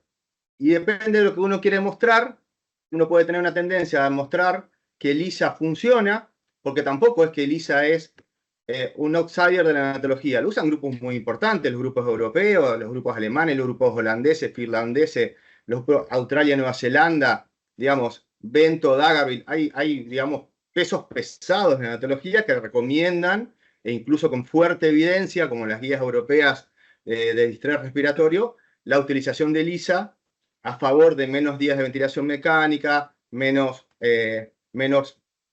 displasia inclusive, sin ninguna afectación en lo que vendría a ser la mortalidad. Entonces me parece que es un debate interesante de plantearnos de cuánta biografía hay a favor y cuánta biografía hay en contra, teniendo también o sabiendo que cuando uno lee biografía, la biografía que viene de Europa y de Oceanía y de esos lados donde se utiliza LISA habla a favor, y a veces la biografía que viene, que es la que nosotros leemos más anglosajona de Estados Unidos, es poco utilizada, porque hay encuestas donde en Estados Unidos se utiliza poco, en colocar la biografía también, y los referentes como Bancalari, que yo lo he escuchado varias veces, no están muy a favor de esto, con también argumentos muy sólidos. Entonces me parece que todavía es un camino para recorrer. Nosotros cuando hicimos el consenso, estudiamos, y por eso lo sugerimos, ¿sí? No es una recomendación fuerte, y yo creo que sí, LISA, a mi parecer, hizo dos cosas importantes. Primero, esto que ya todos dijeron, de que hay que dar surfactantes precozmente. Con la primera recomendación de distrés respiratorio de las guías europeas, donde empezaron a sugerir LISA, había que administrar surfactante que no más de 30%. Y a todos los pacientes intubados surfactante, cosa que en algún momento se discutió también en los ámbitos neonatales, si todos los pacientes intubados que eran prematuros había que darle surfactante o no. Hoy ya eso está fuera de discusión. Y que vamos a dar surfactante cada vez más precozmente, sin ninguna duda. Inclusive la ecografía pulmonar es una herramienta que nos va a permitir dar surfactante sin tener niveles tan altos de FiO2 y tiene, digamos, imágenes compatibles con melangialina. O sea, me parece que hay muchas herramientas que hoy por hoy dicen que el surfactante hay que darlo precozmente. Nosotros, Coco, damos cafeína precozmente, o sea que no, el paciente echa la unidad y le pasamos cafeína a todos los pacientes que tienen distrés respiratorio, menor de 1500 gramos a 32 semanas. O sea que ya lo tenemos como una práctica implementada. Creemos que la cafeína es un coadyuvante muy bueno para que los chicos ventilen espontáneamente. Y me parece como, digamos, sin entrar en un debate extenso, que es un camino que todavía no está resuelto. Y hay algo muy clave, la formación para administrar LISA. Es un procedimiento. Yo no digo ni que es más fácil ni más difícil que intubar, ¿sí? Es un procedimiento que hay que aprenderlo, que debe tener un porcentaje probablemente de falla similar a la intubación, cuando es un proceso de aprendizaje de los pacientes en formación. Pero en nuestra unidad, lo que sí quería resaltar es que este método de administración de surfactante lo practica el que está en la unidad. No hay un grupo específico que no viene Inés Espel, que es la que más LISA debe tener en toda la capital federal, a administrar LISA. No, lo hace el médico de guardia y acompaña al residente que previamente se formó en LISA en simulación. Pero bueno, me parece que es un debate súper interesante y que obviamente hay estudios como el Optimis que nos defraudaron un poco porque esperábamos que lo comparen con Insure, digamos, no con la NADA, porque la verdad la discusión era LISA e Insure en ese momento. Pero bueno, también hay algunas ideas ahora en Neocosur para hacer un multicéntrico, para comparar LISA e Insure, que vamos a ver si conseguimos los fondos necesarios. Y por ahí esta discusión en no muchos años puede estar saldada. Gracias, Javier. Yo quisiera agregar, Pamela, si me permitís, dos cositas nomás. Sí. A esto hay que sumarle el grupo canadiense y también que va en aumento el uso de los ingleses, ¿no? Es decir, ya nosotros hemos visto las opiniones de Luca y no solamente la hemos visto en webinar, sino que también la hemos visto escrito. Es decir, de que yo creo que el mundo está dividido y hay científicos tan importantes de un lado como del otro. Y con respecto a la curva del aprendizaje, yo les diría lo siguiente. Por suerte a mí me tocó dirigir un servicio donde el 70% de los médicos que eran de planta y guardia eran especialistas certificados en reanimación neonatal. Y yo coincido con Javier que intubar, digamos que colocar un tubo endotraqueal y colocar un catéter, no hay demasiada diferencia en la técnica cuando el personal está entrenado en tubo endotraqueal. Pero como he mostrado en el mapa, digamos, bueno, uno tiene maestros en todos lados. Yo nunca tuve maestros, digamos, en Europa. Los maestros fueron argentinos y algunos muy buenas relaciones con Estados Unidos. yo creo de que lo que dice Coco tiene razón, todos tenemos un poco de razón, y Coco dijo algo que me parece que es incontrovertible. El método LISA llegó para quedarse. Depende de quién lo quiere usar y en qué condiciones se va a usar y la justificación para usarlo, ¿no? Pero, por ejemplo, el NICE de Inglaterra ya tiene el servicio de salud de Inglaterra, tiene protocolizado y en algunos escritos la administración con LISA, o sea de que está repartido. Gracias. Perdón, Gracias. antes de darle el lugar a Cecilia Cocucci, quiero decir algo relacionado con lo que mencionó Javier. Yo estoy de acuerdo que es igual de fácil o de difícil poner un tubo endotraqueal que poner la sonda, pero ¿sabes cuál es la diferencia, Javier? Que cuando vos pones un tubo endotraqueal, todo el mundo puede comprobar que está puesto. Y cuando vos pones la sonda y estás solito tu alma, no tenés forma de comprobar. Y la realidad es que somos todos seres humanos. Y los seres humanos nos equivocamos. Con lo cual, si yo tengo 40% de fracaso en la primera intubación, creyendo que lo puse al tubo, como lo mostró claramente Liz Foglia y todo su grupo, y donde lo busques vas a encontrar que 45% de fallo en la primera intubación. Y si es a las 5 de la mañana, con el médico que está de guardia por primera vez a cargo de la sala, no siempre va a ser tan seguro. Yo lo que insisto no es que sea más fácil o más difícil. Y hay otro problema que todos somos conscientes, y ustedes en Sardá más que nadie. Yo voy con cierta frecuencia por visita social a la Sardá por razones de múltiples temas, principalmente de mis nietos que nacieron ahí, y uno ve cómo cayó el número de nacimientos en la Argentina, cómo cayó el número de nacimientos en cada hospital y cómo la posibilidad de entrenamiento ha disminuido. Yo insisto, si está Pamela de guardia, está Pamela en la sala y ella me dice, che, le hacemos lisa a este chico, ¿para qué le voy a intubar? Hacele lisa, porque yo la vi intubar con el dedo, sin mirar la tráquea. Entonces, pero no todos son así, de manera que creo que no, por más que me digan que es lo mismo de fácil, es lo mismo de fácil, pero no lo podés comprobar. Entonces, yo quisiera que el surfactante lo usemos donde lo tenemos que usar. Bueno, perdón, la interrumpí primero a Cecilia Cocucci y después a Inés. Después está el doctor Mariani también, que quiere participar. Bueno, bárbaro. Primero Cecilia, me parece que fue la que primero levantó la mano. Hola, ¿cómo están? Bueno, la verdad que estuvo muy bueno, me encantó escucharlos a los dos.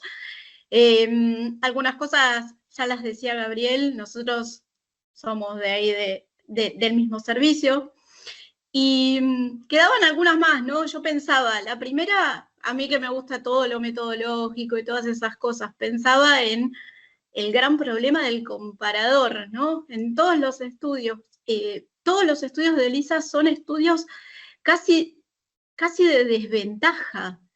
O sea, el paciente que está en el grupo control está en desventaja directamente. Entonces, ni siquiera es que estamos evaluando si una terapia es buena, sino que estamos evaluando lo malo que es esperar a los pacientes y no darles surfactante cuando lo necesitan. Y por el otro lado, tenemos esto de decir, bueno, podemos empezar a bajar la FiO2 un poco, por ahí utilizar otras técnicas, y ahí empiezo a pensar en las profecías autocumplidas, ¿no? Porque agarramos y le empezamos a dar surfactante, porque es como más fácil y no voy a esperar tanto, bueno, si tenía 30 le doy con 25, claro, y después nos va bárbaro, con todos los pacientes les va bien, pero yo no sé si ese paciente le va bien porque le di surfactante o porque en realidad no lo necesitaba, ¿no? Y le iba a ir bien igual, y ahí con este punto es donde engancho en el hecho de que una cosa son los resultados de los estudios y otra cosa es la implementación en la realidad. Y entonces yo me pongo a buscar a largo plazo servicios que hayan incorporado. Decimos, cada vez se usa más, se usa mucho, se usa en todos lados, todos lo usan. Y no hay series en las que yo vea resultados a largo plazo del cambio de una política a otra. Y a mí eso es lo que me preocupa y digo, no sé, Mario, en Salta, no sé en Sardá, si de verdad para el mismo grupo de pacientes, es decir, para pacientes que hace 10 años recibían surfactante, o sea, los servicios cambiaron, disminuyeron la tasa de displasia broncopulmonar, porque en realidad, si nos vamos a eso, y decimos lo mismo para Australia, Nueva Zelanda, Finlandia, etcétera, las tasas de displasia, lejos de estar disminuyendo, están aumentando. Y entonces empiezo a pensar en ese famoso grupito de pacientes en los cuales el Optimist le fue mal. Claro, las tasas están aumentando, están sobreviviendo bebés más chiquitos, pero las tasas también están aumentando por eso, entonces a esos pacientes tal vez no son el blanco. Y entonces las recomendaciones tienen que ser generalizadas o tienen que ser una recomendación como más grupal, más personalizada, más pensando en el tipo de paciente. Son pacientes que reciben, no sé, nosotros tenemos 97% de maduración pulmonar. ¿Son esos pacientes o son otros? Digo, creo que lo bueno de los consensos es acomodar un poco las cosas, pero tampoco ir hacia la receta de un traje para todo el mundo, porque un talle para todos, el talle único siempre es un problema. Y en esto, donde cada vez queremos que sobrevivan los más chiquititos, bueno, probablemente los más chiquititos, si los metemos en la misma bolsa, a mí me preocupan sobre todo esos. Muchas gracias, Inés. Cecilia, Inés, te escuchamos. Muchas gracias, Ceci. No, nada. ¿Se escucha? Hola, buenas tardes Sí. a todos. Sí, te escucha, Inés. No, re lindo este momento y estar hablando de esto todos y estar atentos porque vemos que es un tema que nos interesa y nos convoca, bueno, una vez más, así que bueno, gracias por esta idea a todos. En realidad yo lo que quería resaltar son dos cosas que me parece que son importantes en esto. Ya como lo aplicamos, lo contó Javier, yo estuve en ese trabajo de la Sardá, la verdad es que somos muchos los que hacemos LISA. Creemos y en realidad vemos que no es una cosa menor. Me parece que estamos como dejando un poco de lado que la fisiología respiratoria del recién nacido es importante y que está demostrado que acompañarla con el CPAP es de ayuda, pero que justamente lo que ganamos con esta estrategia es justamente que el paciente mantenga su misma fisiología. Y eso tiene mucho más peso de lo que nosotros creemos. Y eso es lo que se demostró o sobre lo que se sustenta LISA desde el principio. Que es lo mismo que soporta la técnica que será la instilación faríngea, pero le sumamos el plus de la PEP. Esto hablando de cuánta PEP llegará o qué importancia en sí tiene específicamente la cantidad de PEP que perdemos. Si bien usamos PEP subóptimas, eso también lo sabemos y estamos empezando a usar PEP más cercanas a lo que dice la bibliografía mundial, creemos que esto es importante.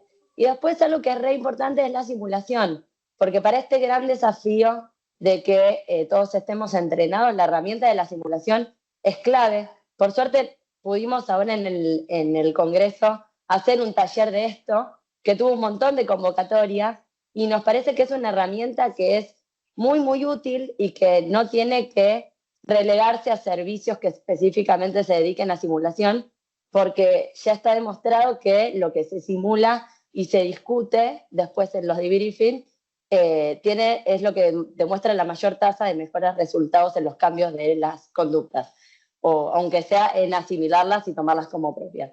Así que bueno, y respecto a lo de los talles únicos que recién decía Cecilia Cocucci, si bien no hay talles únicos, y esto es con lo que todos nos manejamos, sabemos que ciertos lineamientos, o aunque sea hablar de algo para empezar a tener un acuerdo, son la línea guía, y justamente está en la visión y en la calidad de los distintos servicios y de darnos el lugar de hablar de esto, lo que nos hace ver de manera diferente a cada neonato. Eso solo, gracias. Muchas gracias. Me parece que Gonzalo no Sí. está. Sí, Había está. pedido, ¿está? Gonza. Sí, Después Gonzalo está. veo que hasta de Está. Canadá nos está Hola, ¿cómo les siguiendo va? Horacio Pero está Sciovich, Horacio así que después primero. Sí. estaba Horacio. Primero, Sí, sí. no, como me habían dicho Gonzalo, por eso te pregunté a vos, pero lo mismo. Adelante. Dale, Horacio. Muy buenas tardes para todos. Realmente estoy de acuerdo con todo lo que se ha dicho. Realmente, y la breve experiencia que les puedo contar en Canadá es que nosotros en nuestro servicio lo adaptamos relativamente tardíamente. O sea, nosotros también estábamos con mucho escepticismo de usarlo o no. Los primeros trabajos sabemos que empezaron 10 años, hace más de 10 años. Nosotros hemos comenzado hace 3 años para usarlos. En Canadá se usaba mucho más en otros centros, pero nosotros empezamos hace 3 años. Yo creo que lo que han dicho tiene mucho sentido. Hay que usar medicina personalizada. Entonces, hay niños en los que los usamos, funciona. Se requiere mucho entrenamiento para hacerlo. Es importante el uso, o es muy beneficioso el uso de un videolaringoscopio donde uno puede estar seguro. Se requiere de mucha simulación. En muchos chicos nos ha funcionado muy bien. Nosotros empezamos a usarlo en niños entre 20 y 32 semanas. Nosotros usamos sedación, porque estoy totalmente de acuerdo con lo que dijo Coco. No hay para mí ninguna diferencia, es poner el laringoscopio. ¿Por qué lo vamos a poner una analgesia o sedación a niños cuando los intubamos y no cuando le ponemos? Nosotros usamos fentanilo a una dosis baja de 0.5, en general funciona. También usamos también tempranamente cafeína. Y yo creo que es una cosa que uno tiene que tener como otra herramienta más que puede utilizar, y creo que debe ser personalizada de acuerdo al paciente. Entonces, estoy medio sentado en el medio, que yo creo que es una cosa que no sé si habría que usarla universalmente, pero hay pacientes a los que les sirve muchas veces. La técnica realmente no es tan difícil, pero se requiere entrenamiento. El videolaringoscopio ayuda mucho porque hay más de un ojo que puede ver lo que está pasando. Como dijo Mario, hay algunos niños que tienen esas desaturaciones o bradicardia. Teóricamente es la ventaja de proveer oxígeno y PIP mientras uno lo hace, pero estoy de acuerdo con lo que dijo Coco. Cuando le ponemos 6 o 7, ¿cuánto le llega al niño? O sea que yo creo que es una cosa interesante, que para algunos niños tiene utilidad, y estoy sentado en el medio. Es decir, hay algunos chicos que sí, que vemos beneficios, y hay algunos chicos en que decimos, no, este chico es tan chico, realmente no vale la pena. Estoy de acuerdo que los estudios, lamentablemente, son muy malos. Entonces, en todos los estudios no se sabe qué se compara. Es muy, muy difícil ir a los estudios, y lo entiendo a Mario, que él lo impuso en su servicio y ve que funciona. Entonces, si funciona, se puede seguir haciendo. Nosotros vemos exactamente lo mismo. O sea, que yo estoy sentado en el medio, que no es una cosa que hay que decir no, no, y por otro lado no es una cosa que debe ser universal. Lo que sí les digo que yo creo que habría que usar algún tipo de analgesia o de sedación, y a nosotros usar una dosis baja de fentanilo nos está, por lo menos, nos está surgiendo efecto. Uno de los problemas que teníamos nosotros, que es lo que dijo Mario, Insure, si es intubación, surfactante, extubación, en la vida real no lo lográbamos. Quizás era el problema de nuestros servicios, y esos niños quedaban intubados muchísimo más tiempo de lo necesario. Quizás también habría que ver eso. Acá paro. Muchas gracias. Muchas gracias a vos por estar acá, Horacio. Un honor tenerte acompañándonos. Felices de que estés. A ver, Gonzalo. Pamela, ¿quién estaba? Gonzalo, perdón. Gonzalo. Bueno, ¿cómo les va? Buenas tardes. También un placer estar acá, escucharlos a todos, o también a Horacio. Bueno, muy lindo. Felicitaciones a quienes organizaron esto. Muy llamativo el flyer. Muy Perdón, te gracioso. interrumpo para decir que me olvidé de decir que el flyer fue diseñado por la doctora Laura Botti Está. de Trinidad San Isidro, que va a cambiar de tarea ahora, va a dejar la neonatología para dedicarse a la publicidad en redes. Sí, buenísimo, estuvo muy bueno. Y escuchándolos y reflexionando y coincidiendo con todo lo que se ha ido diciendo, me parece que esto va girando de un Rocky Apollo Creed a una escaloneta donde todos nos ponemos del mismo lado y pareciera que pensamos muy parecido, ¿no es cierto? Yo creo que acá la discusión no es tanto Lisa sí o Lisa no, sino pensar qué hacemos en nuestros servicios, cómo lo hacemos y por qué lo hacemos. Y tratar de ser, como decían recién también Horacio y también Ceci, de dar una medicina individualizada, personalizada, fundamentando lo que hacemos y cuidando a nuestros pacientes, ¿no? Yo recuerdo siempre un editorial de Richard Pauling cuando hablaba de CPAP de burbuja, que decía que las terapias que se introducen a veces pasan por 3 etapas, ¿no? Primero es la resistencia. No, yo siempre lo hice de esta manera, no me vengan con cosas nuevas. Después pasamos por una etapa de evaluación crítica, que es donde uno se debería quedar, porque la tercera etapa donde uno trata de evitar es el fanatismo, ¿no? Entonces, a partir de ahora yo hago esto porque esto me parece que es lo mejor y tengo otra nueva resistencia. Así que me parece que es digamos, una estrategia como ustedes lo han planteado. Yo creo que no hay nada más para agregar. Nosotros venimos debatiendo esto hace años y en el Congreso del 2022 también tuvimos una mesa similar con Inés y con Claudio. Y yo estaba en la postura más crítica, ¿no? Como Coco o Gabriel. Y yo tomo también lo de Gabriel, de decir que seamos prudentes con las sugerencias o recomendaciones, porque a veces se toman sin todas estas sutilezas que estamos analizando hoy, ¿no es cierto? Entonces, cuando uno lee el consenso europeo y dice que LISA es el método preferido, entre paréntesis dice B2. B2 quiere decir que la calidad de la evidencia es moderada y que la fuerza de la recomendación es mala, es muy débil. Con lo cual eso también es importante cuando uno dice cuál es la recomendación o la sugerencia. Es importante hacer estas salvedades, ¿no? Así que bueno, felicitaciones de vuelta, muy lindo. Nosotros, como creo que muchos saben, todavía no hemos incorporado LISA como método de administración de surfactante en el hospital italiano. Ya te va a tocar. Gracias, Gonzalo. La doctora Norma Rosato pidió la palabra. Gracias. Bueno, no, un verdadero lujo ver semejantes personalidades hablando en esta reunión. Realmente maravilloso, no hay términos para decirlo de otra manera. 2 reflexiones chiquitas, una como editora de archivos y la otra como docente. Como editora diría que no todo lo que se publica, ni aún en las revistas científicas de primera línea, hay que tomarlo a ciegas. Hay que tener concepto de lectura crítica, o sea, saber leer. Y como docente, lo que yo diría es resaltar la importancia de los ateneos bibliográficos.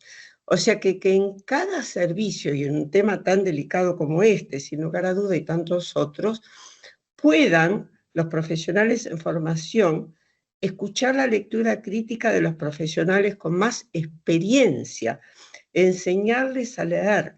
No todo lo que se publica hay que tomarlo como absoluto, hay que saber hacer una crítica metodológica, como lo comentó Cecilia también, como para saber qué se debe tomar, qué no se debe tomar, qué falta hacer.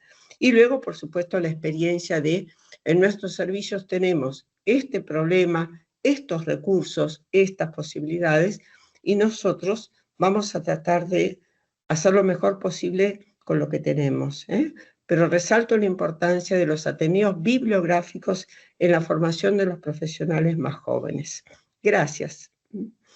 Muchísimas gracias, Norma, por tus palabras. ¿Alguien más quiere hacer algún comentario? Ernesto Alda. Ahí está. Fíjate, Alda, que de qué lado te vas a poner, por favor. Bueno, lindo, realmente un placer escucharlos con tanta experiencia, realmente un lujo, ¿no? Un lujo, ese mimo que uno tiene como en la profesión médica, que tenemos tantas críticas, bueno, aparecen estas cosas positivas. Dos cositas, un recordatorio, una especie de memoria retrospectiva que tengo en la década del 80, me tocó estar en San Francisco con Roderick Phipps, y en ese momento se estaba investigando el efecto de la utilización de surfactante. Yo les aseguro, cuando vi la primera vez que inyectaban en una tráquea 5 centímetros de un líquido que no sabía qué era, que decían que era surfactante artificial, bueno, en una tráquea, a mí me parecía algo imposible. Este chico se va a morir, va a quedar terrible, se va a pasar una mierda. Bueno, toda una historia larga que termina ahora con estas formas de administrar el surfactante, y mucho más aún esta nueva ventana que se abre ahora con el trabajo africano entre, bueno, Etiopía, Kenia, Nigeria, Estados Unidos, donde realmente van a probar una forma que quizás sea mucho más sencilla, y para los países con medianos o bajos ingresos, bueno, podría ser una solución. Yo recuerdo que en ese momento Phipps me dijo, acá lo importante es el entrenamiento que tiene que tener la gente para administrar esto. Esto no lo puede administrar cualquiera. Y eso yo creo que se ha resaltado en toda esta conversación que han hecho, sobre todo Coco y Mario. Y solamente te voy a hacer una pregunta, Mario. En un momento, cuando mostrabas el video, hablaste de una recuperación de la saturación y mandaste el límite de la saturación a 98, 99. Hay casi 200 personas acá en este auditorio, y me gustaría una reflexión tuya si esas son las saturaciones recomendadas para un recién nacido de tanto riesgo como los que están hablando. No, absolutamente. Es más, lo dije. Pero si ustedes miran el estudio, el bebé partió con una saturación alta también. Es decir, uno de los problemas que tienen las unidades es la incidencia de ROP en cualquiera de sus formas, cuando no hay seguimiento, no hay protocolos y no se controlan esas variables. Ahora, en un procedimiento como este, puede pasar. Este niño, por ejemplo, no se le aumentó la FiO2, cuando ustedes vieron esa demostración, no se aumentó la FiO2, hizo una desaturación y después se recuperó espontáneamente, mejoró su capacidad ventilatoria y llevó la saturación arriba. Pero inmediatamente hay que volver a los límites, y hay que volver a los límites que ha fijado, digamos, que ustedes han fijado a través de las recomendaciones y el mundo, porque si no, los efectos sobre los niños no son buenos, ¿no? Ahora, yo creo, por ejemplo, INSUR. Yo te digo, yo he compartido conversaciones con colegas del interior. Les agradezco a todos ustedes que estén en esta mesa, y a todos los otros que no quieren participar algunas veces, pero que nos están escuchando. Pero yo he hecho preguntas y he averiguado sobre el INSUR, y yo te digo una cosa. Es decir, cuando se hace INSUR, por ejemplo, si vos tenés una boca de aire comprimido con una boca de oxígeno, que nosotros hacemos CPAP a burbuja, porque una cosa es tener el respirador para hacer lisa y otra cosa es para tener CPAP de burbuja para hacer lisa, y lo mismo para INSUR. Son dos cosas absolutamente diferentes. Cuando nosotros teníamos un CPAP de burbuja, tenemos ocupado una boca de aire comprimido y una boca de oxígeno, ¿no? Y en el INSUR pasa exactamente lo mismo. Cuando hacen INSUR, lo que tienen es la ventilación. El bebé está con un CPAP y está con una FiO2 de 30, de 40, por decirlo así. Se decide hacer surfactante. Cuando hacen INSUR, primero, no tienen equipos para ventilar al bebé en forma adecuada si no están con un respirador, sino que lo hacen con una bolsa. Esa bolsa no tiene PIP. No es una ventilación controlada. Y encima Como hay una sola boca de oxígeno disponible, porque las otras dos están con el CPAP, se le da suministro de oxígeno al 100%, que aunque no tenga el reservorio, le dan oxígeno en demasía con respecto a lo que el bebé recibía. De modo que, yo digo, acá ustedes hablaron sobre los estudios controlados y Norma hizo un aporte también interesante, que algunas veces todos queremos, digamos, del dicho al hecho hay mucho trecho. Los estudios se hacen con determinadas características y después en los servicios la implementación y la práctica es absolutamente diferente o no se puede cumplir. Con respecto a lo que pasó en Salta y lo que dice Norma, por ejemplo, y lo que dijo Coco también, y no me acuerdo quién, sobre que si el paciente ya tiene 25 de FIO2, no. Yo creo de que los servicios organizados tienen que estar protocolizados, tienen que tener guías clínicas, pero no solamente tienen que tener guías clínicas y protocolización para la mañana, sino para todo el día, los 365 días del año. Y en eso se va la gestión de calidad y de seguridad, porque yo no puedo minimizar al médico de guardia. Lo que yo tengo que hacer es decir que ese médico de guardia esté acompañado y que la técnica MIST en Salta no se hace con un operador, se hace con 3 operadores a la hora que sea. Y entonces nosotros no recomendamos fuertemente que se haga LISA.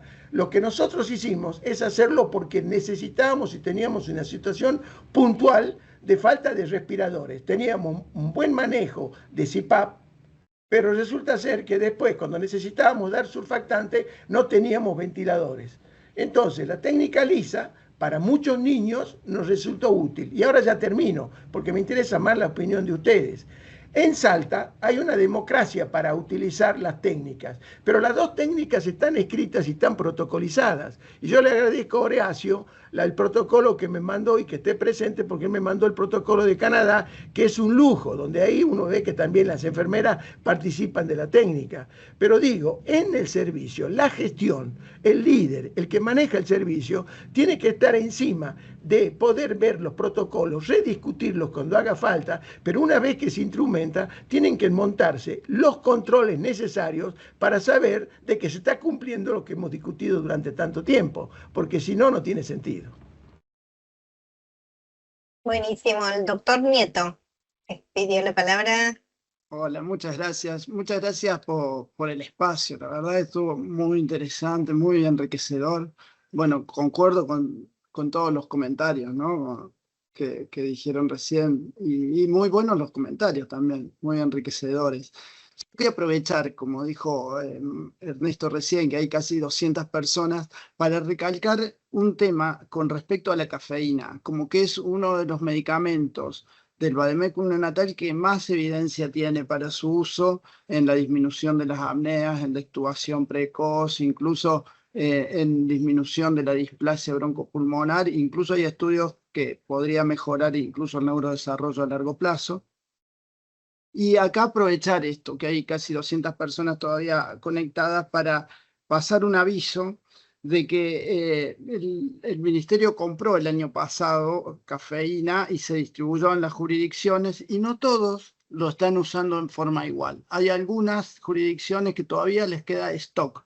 Yo, por una cuestión de no exponer a nadie, no voy a decir qué jurisdicciones son que todavía tienen stock disponible, pero les voy a escribir a cada una, a los directores, como para promover en las Neo 3B. No asumo que esas provincias no la están usando, tal vez la compran y no saben qué tienen en sus depósitos, ¿no?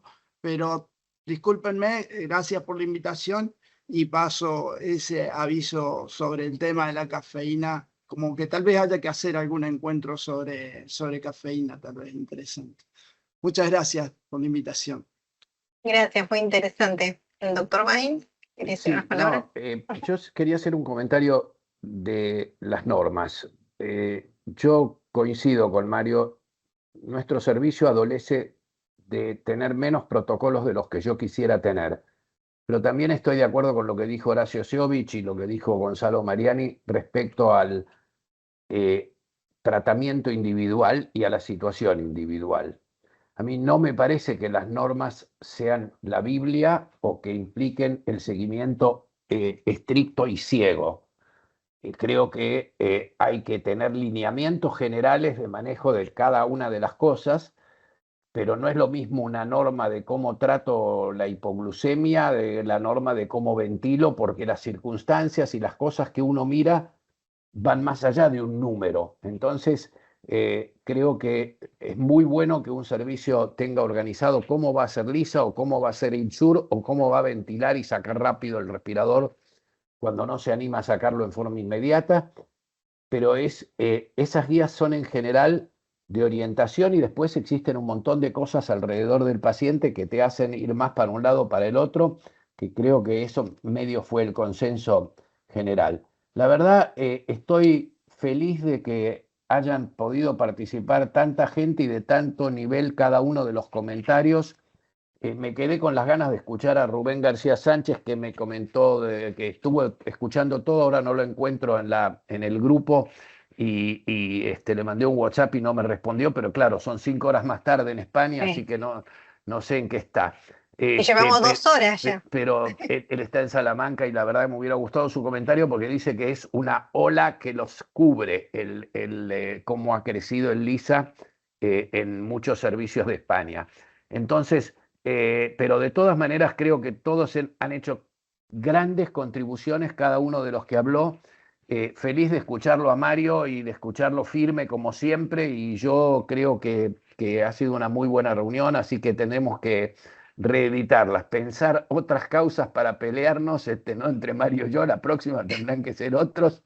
Hay que buscar gente porque... más joven. No, pero Marito, el precalentamiento, ahí está Cristina de Luca que quiere decir algo. Sí. El precalentamiento llevó mucho tiempo. Bueno. La gente se debe creer que vos y yo cazamos las diapositivas ayer y nos pusimos a dar la charla, pero nunca es así. Desde junio que venimos planeando este debate. Así que bueno, el gimnasio me tiene agotado. Cristina de Luca quería hablar. Ustedes ya saben de qué lado estoy del ring. Pero claro, hay sesgo acá. Sin ninguna duda. Pero bueno, también conocen lo que fue nuestro largo camino para empezar con CIPAP. Y bueno, yo lo que sí me encanta y lo que quiero, aparte de agradecerles a todos porque fue hermoso escucharlos, muy, pero muy, muy lindo. Esto va a ser como una discusión y no sé quién tiene, si es un empate o quién va a ganar o en qué va a terminar, y creo que no me va a dar la vida para saberlo, pero... en realidad yo quiero rescatar una cosa muy importante que dijo Coco, que son los tiempos.